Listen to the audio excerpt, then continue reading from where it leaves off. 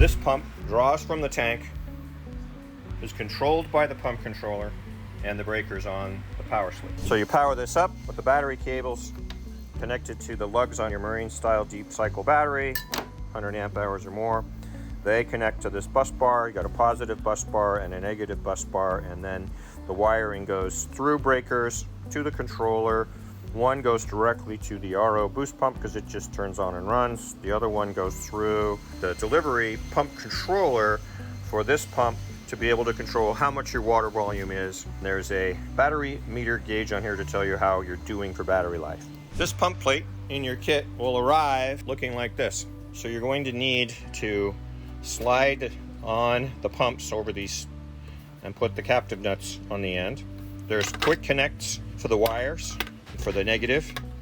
One will come from your pump controller, which mounts here. Now you're going to have to open the pump controller, mount it to this spot, put the cover back on the pump controller, and then follow the blue and brown and red and black wires from one of these breakers. The second breaker goes directly off to the RO pump. And these are the mounting holes for the TDS meter.